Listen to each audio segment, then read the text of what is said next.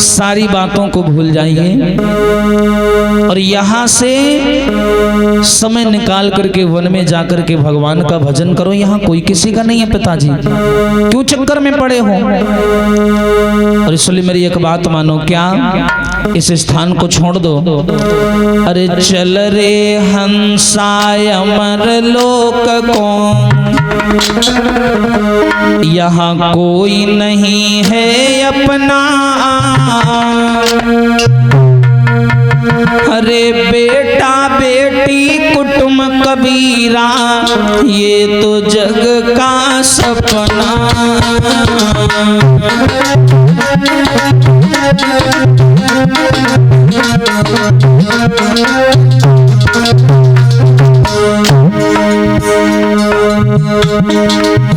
चल रे हंसाय अमर लोक को, यहाँ कोई नहीं है अपना।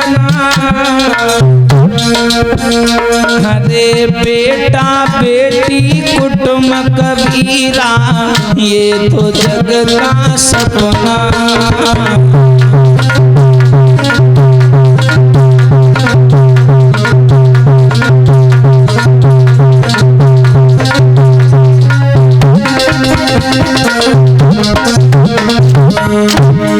कोई किसी का नहीं है पिताजी। यहाँ संतान के चक्कर में तुम अपना समय खराब कर रहे हो। विचार करिए, जिनके कोई बेटा नहीं है वो इस बात से परेशान है कि मेरे बेटा नहीं है, और जिसके बेटा है वो बेटा से परेशान है। विचार करिए आप, किसी के पास भूख है तो भोजन नहीं है, भोजन है तो भूख नहीं है। अजीब लीला है भगवान की। अरे ना कुछ लेकर आया जग में, अरे ना कुछ लेकर जाएगा। हाँ, अरे मुट्ठी बांध के आया जग में, हाथ पसारे जाएगा।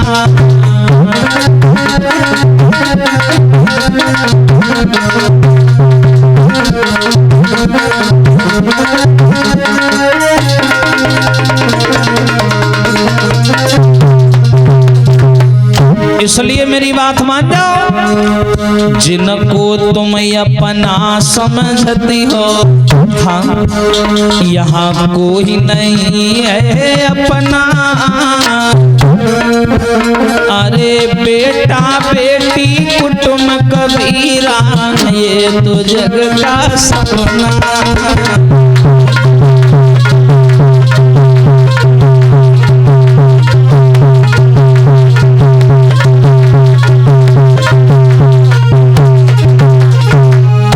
इसलिए हमारी बात मानो, आप जंगल चले जाओ पिताजी, वहां जाके भगवान का भजन करो। कहाँ उस धुंधकारी के चक्कर में पड़े हो। आप जो अपने जीवन में अच्छा काम करोगे वो आपको मिलेगा। धुंधकारी तुम्हारे लिए पुण्य थोड़ी छोड़ जाएगा, ऐसा कुछ नहीं है। चले जाओ। आज बेटा की बढ़िया बात लगी तो बेचारे आत्मदेव जंगल चले गए भगवान का भजन करने। तो गोकर्ण ने दिमाग लगाया, पिताजी चले गए, हम यहाँ रह करके क्या करें? क्योंकि ये धुंधकारी और इसकी मैया धुंधली, ये दोनों एक ही बुद्धि के हैं। अब यहाँ हमारी तो कोई सुनेगा नहीं, इससे बढ़िया है कि हम भी यहाँ से चले जाए। तो पीछे पीछे धुंधकारी के जो भैया हैं गोकर्ण भी चले गए। अब घर में केवल 2 सदस्य बचे। कौन? धुंधली और उसका लड़का धुंधकारी। गोकर्ण भी चले गए, पिताजी भी चले गए, सब चले गए। अब ये 2 पर 2 बचे। अब दोनों एक ही दिमाग के, और दोनों के दिमाग उल्टा चलते हैं। धर्म से कोई मतलब नहीं, सम्मान से कोई मतलब नहीं, हमेशा उल्टी सीधी हरकतें करना, लड़ाई झगड़ा करना, बुराइयां करना, ये सब कामों में समय बीतने लगा। लेकिन ये धुंधकारी बड़ा पापी था।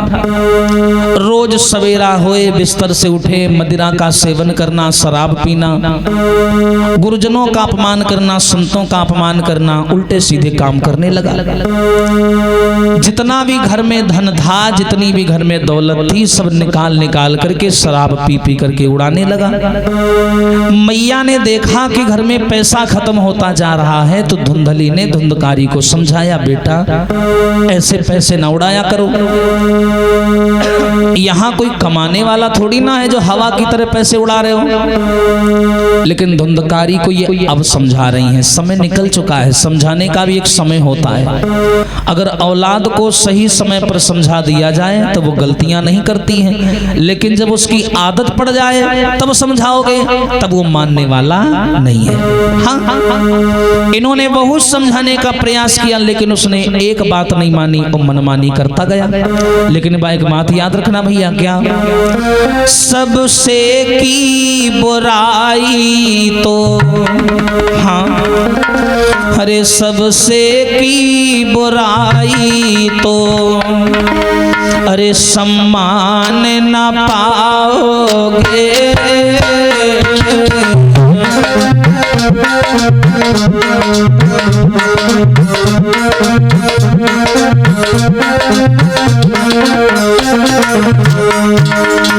हाँ भैया, सबसे की बुराई तो सम्मान ना पाओगे, और नारी से नफरत की, हाँ नारी से नफरत की तो अरे संतान न पाओगे।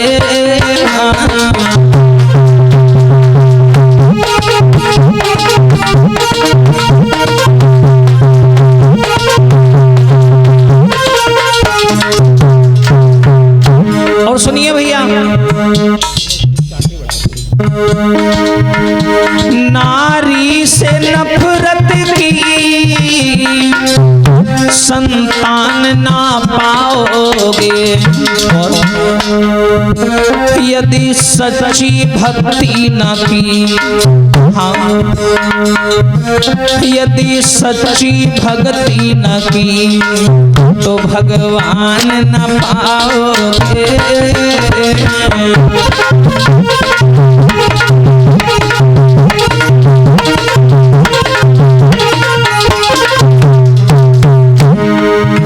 यदि सच्ची भक्ति न की तो भगवान ना पाओगे, और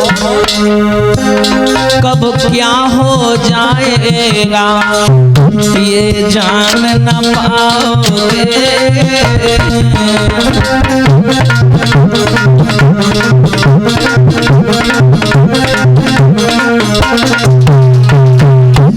यदि जग में की बुराई तो सम्मान ना पाओगे, कब क्या हो जाएगा ये जान ना पाओगे। ये इतनी बुराई करता चला गया, इतनी बुराई करता चला गया। शराब पीना, वेश्याओं की संगति करना, सारा जो घर का पैसा है वेश्याओं के चक्कर में ये उड़ाने लगा। अब वेश्याओं का नियम क्या होता है, नारी प्रेम तबही लो माने, धन बल जोर बराबर जाने। हाँ, जब तक शरीर में पैसा और ताकत है तब तक नारी तुम्हारा सम्मान करेगी। धन बल अगर ये दोनों कम हो गए तो पहचानने से भी इनकार कर देगी कौन है आप, बिल्कुल नहीं पहचानेगी। लेकिन ये धुंधकारी वेश्याओं के चक्कर में पड़ गया और घर का सारा पैसा बर्बाद कर दिया। एक दिन की बात है, घर में पैसा नहीं बचा तो ये खाली हाथ वेश्याओं के पास पहुंच गया और इसने वेश्याओं से कहा कि मैं मिलने आया हूं तुमसे। वेश्याओं ने कहा मिलने को किसने मना किया है, ये बताओ पैसा लाए हो? तब इसने कहा पैसा तो नहीं लाया हूं, पैसा सारा खत्म हो गया। तब वेश्याओं ने इसको फटकार करके भगा दिया कि निकल जा यहां से, और जब पैसा हो तभी मुंह दिखाने आना। अब भैया ये वहां से जलील होकर के चल दिया। अब एक आदमी की बेइज्जती एक आदमी करे तो चल जाता है, और आदमी की बेइज्जती नारी कर दे तो मामला गहरे में चला जाता है। हाँ? अब ये वहां से गुस्से में चल दिया और घर आया, और क्या किया इसने, हाथन में डंडा लेकर के मैया को मार लगाई है, और मार खाए के बेटा से वो हाय हाय चिल्लाई है।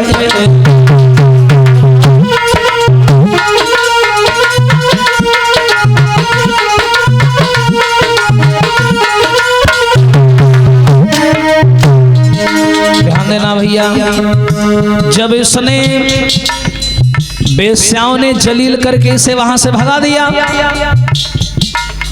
अब ये वहां से चला और चलने के बाद में आया अपने घर और अपनी माँ से बोला कि पैसा ला, जहां भी तूने पैसा रखा है पैसा निकाल के दे। माँ ने कहा बेटा पैसा होगा तब तो देंगे। जब माँ ने मना किया तो माँ को डंडा लेकर मारने लगा। हाथन में डंडा लेकर के लगाई है, और मार खाए के बेटा से वो हाय हाय चिल्लाई है।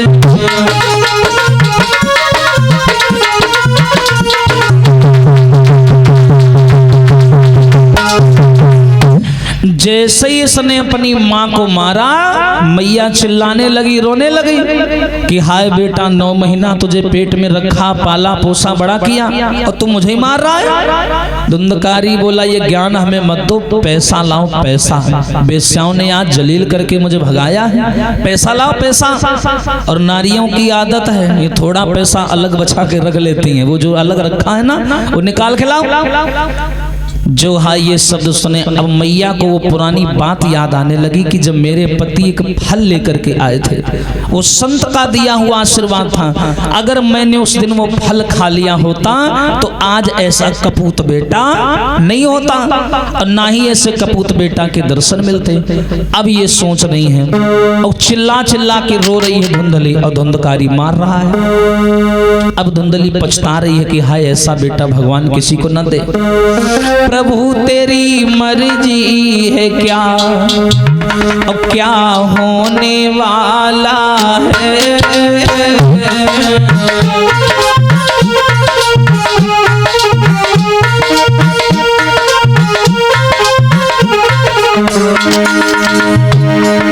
प्रभु तेरी मर्जी क्या, क्या होने वाला है। और पाला जी से नाजों से, पाला जी से नाजों से, बना वही नाग काला है।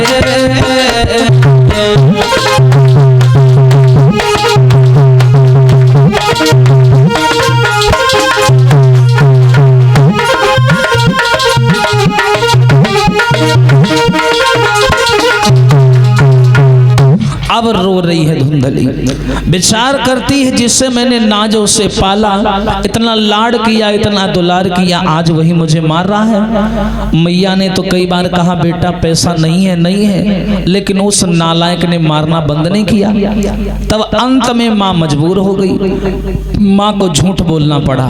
धुंधली बोली बेटा मैंने पैसा कहीं रख दिया है, मुझे ध्यान नहीं आ रहा है, एक काम करो रात भर का समय हमें दे दो, और कहीं से मैं ढूंढ करके लाऊंगी, लेकिन लाऊंगी जरूर, सवेरे तुम्हें पैसा ढूंढ के दे दूंगी, रात भर के लिए हमें छोड़ दो। धुंधकारी बोला सही बता, हाँ सही बता रही हूँ, अगर बेटा सवेरे पैसा ना दूं तो जान से मार देना। धुंधकारी बोला कान खोल के सुन ले बढ़िया, एक रात का समय दे रहा हूँ, और कल सवेरे अगर तूने पैसा ला के नहीं दिया तो यही गला दबा के मार दूंगा। बोली ठीक है बेटा। सगा बेटा सगी माँ से धमकी दे रहा है। अब रात में धुंधकारी चारपाई पर लेट के सो गया, शराब के नशे में था। मैया धुंधली भी बगल में चारपाई पर लेट गई, लेकिन दुखियारी को नींद नहीं आई, करवटें बदल रही है। सोच रही है मैंने बेटा से वादा तो कर दिया है कि सवेरे पैसा ला के दूंगी, लेकिन जब है ही नहीं तो दूंगी कहाँ से, बहाने से काम थोड़ी चलेगा। अब ये सवेरे उठेगा फिर मारेगा, पैसा मांगेगा, मैं कहाँ से ला के दूंगी। बेचारी सोच रही है और उसने क्या किया कि आधी रात के मौका पे मन सोच रही वो दुखियारी,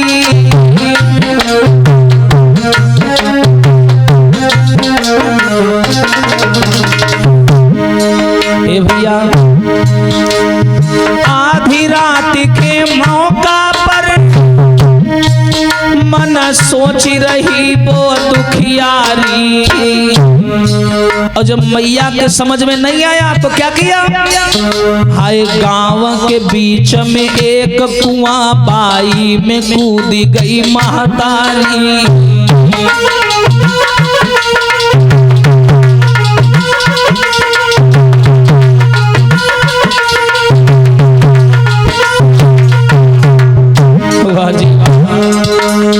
जब मैया ने सोचा कि सवेरे पैसा मांगेगा मैं कहां से दूंगी, तब माँ ने विचार किया इससे बढ़िया है मर जाऊं। सवेरे ये उठेगा समाज के सामने मुझे मारेगा जलील करेगा, इससे बढ़िया है मैं अपनी मौत मर जाऊं, वही सही है। मैया वहां से उठी, गांव के बीच में कुआं था, रात में आई और उसी कुआं में कूद के मरी गई। ये तो कर्मों की खेती है, जो बोएगा सो पाएगा, कर्मों से हाथ बटाने में बेटा नहीं साथ निभाएगा।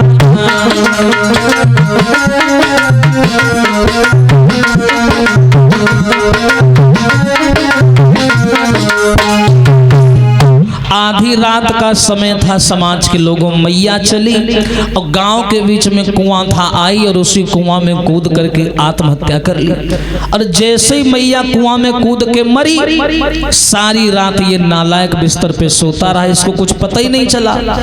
जैसे ही सवेरा हुआ ये जगा, इसने सोचा कि लो बुढ़िया को जगाते हैं, पैसा मांगते हैं। अब जैसे ही इसने कमरे में जाकर के देखा तो देखा कि मैया गायब, मैया है ही नहीं वहां। तब इसने पूरा घर छान मारा, लेकिन इसको माँ नहीं मिली। अब मिले कहां से, माँ तो कुआं में कूद गई। तब ये घर से बाहर निकला, इसने पूरा गांव छान मारा। जब ये गांव के बीच में पहुंचा तब वहां इसने देखा कि कुआं के ऊपर भीड़ लगी है गांव वालों की। तो ये भीड़ को चीरता हुआ कुआं के सामने गया और इसने कहा भैया भीड़ क्यों लगी है, क्या हुआ यहाँ पर। गांव वाले बोले नालायक तेरी माँ कूद के मर गई है, तुझे पता ही नहीं है क्या, मेरी माँ, हाँ तेरी माँ। हाय जैसे उसने सुना कोई दूसरी औलाद होती तो शायद माँ के मर जाने के गम में रोने लगती, लेकिन वो इतना पापी था कि मैया मर गई, लेकिन फिर भी उसने हंसना बंद नहीं किया, हंसता रहा और हंस करके बोला मर गई बढ़िया हुआ, जरा से पैसे क्या मांग दिए, कुआं में कूद गई आके। जैसे उसने ऐसा कहा गांव वाले जान गए कि इसी की हरकत की वजह से इस बेचारी ने आत्महत्या की है। ऐसे आदमी को गांव से बाहर निकालने में भलाई है। तालाब में एक मछली मर जाए तो पूरे तालाब का पानी गंदा हो जाता है। गांव कितना भी समृद्ध हो, शक्तिशाली हो, गांव में कितने भी सज्जन लोग रहते हो, एक आदमी पराए गांव में जाकर के बदनामी करवा दे तो पूरे गांव की बदनामी होती है। इसलिए गांव वालों ने इस धुंधकारी को मार करके गांव से बाहर निकाल दिया और कुआं के अंदर से बुढ़िया की लाश निकाल करके गांव वालों ने अंतिम संस्कार किया, लेकिन इस नालायक को गांव से बाहर निकाल दिया। धुंधकारी को जैसे निकाल दिया, ये पागलों की तरीका से गांव गांव भटकने लगा। अब तो माँ भी चली गई, पिताजी भी चले गए, भैया भी चले गए, सब चले गए। अब ये अकेला मूर्खों की तरीका से, कायरों की तरीका से गली गली घूमने लगा। अब जो शराबी होगा अगर उसे पैसा नहीं मिलेगा तो एक ही काम है, चोरी चोरी करेगा। जब इसका खाना पीना सब बंद हो गया तो ये चोरी करने लगा, डकैती डालने लगा, राह चलते हुए लोगों को लूटने लगा। हाँ भैया, बोलिए सच्चिदानंद भगवान की। आइए एक ताली बजा के भगवान का संकीर्तन बोले, फिर देखते हैं आगे की चर्चा। सभी लोग मिलकर के बोलेंगे।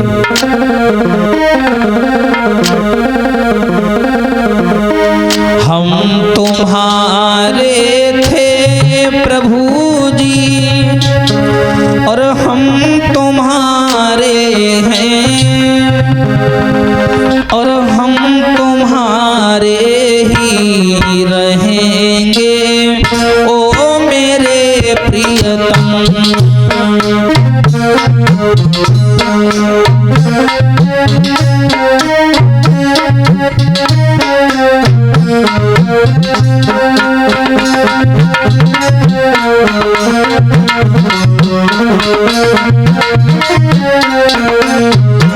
जय हो। तुम हमारे थे प्रभु जी, तुम हमारे हो, तुम हमारे ही रहोगे ओ मेरे प्रियतम।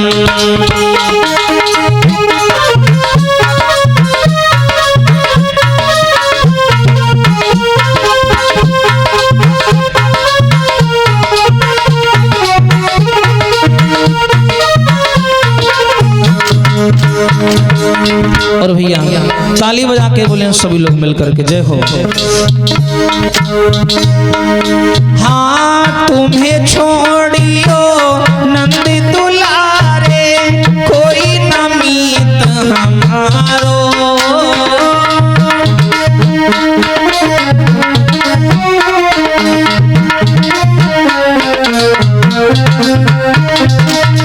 तुम्हें छोड़ियो नंद दुलारे, कोई न मीत हमारो।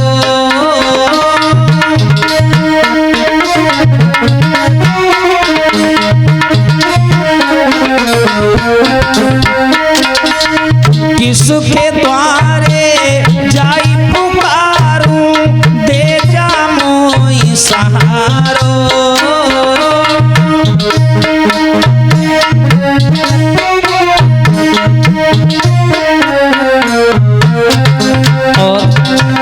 अब तो आके बाह पकड़ लो ओ मेरे प्रियतम।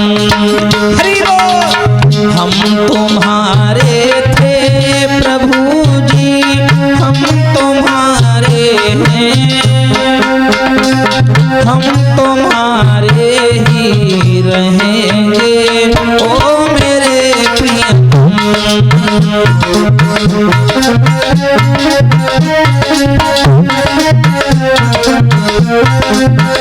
हरि बोल।